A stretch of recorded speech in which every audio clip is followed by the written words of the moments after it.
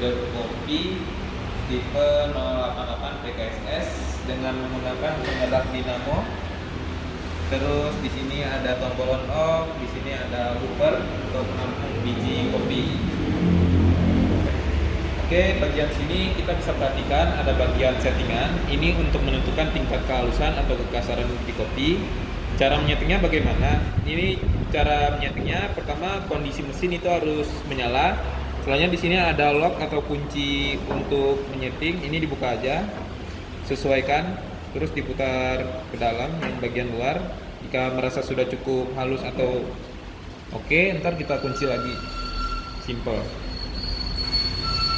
Oke, cara menyalakan mesinnya cukup gampang. Di sini ada tombol, tinggal kita hidupkan aja. Pastikan listrik mengalir. Oke, mesin sekarang menyala.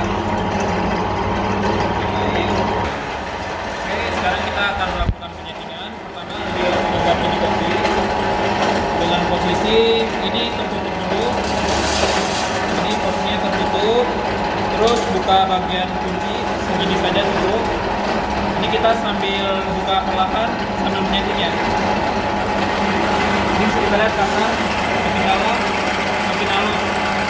Jika udah merasa cukup halus, tinggal kunci. Ini kita lihat.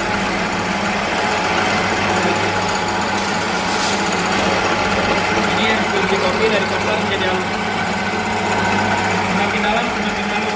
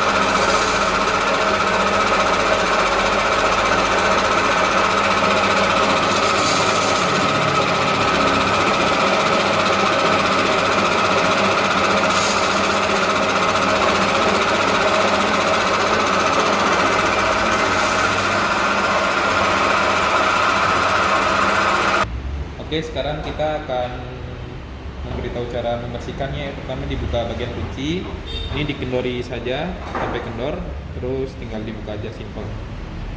Nanti mesin siap untuk dibersihkan.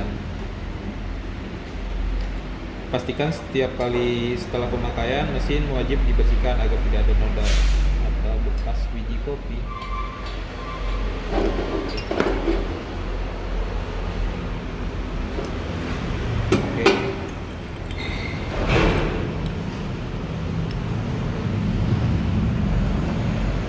Bisa dibersihkan dengan menggunakan kuas atau sejenisnya sampai bersih. Nanti kalau sudah tinggal dipasang kembali.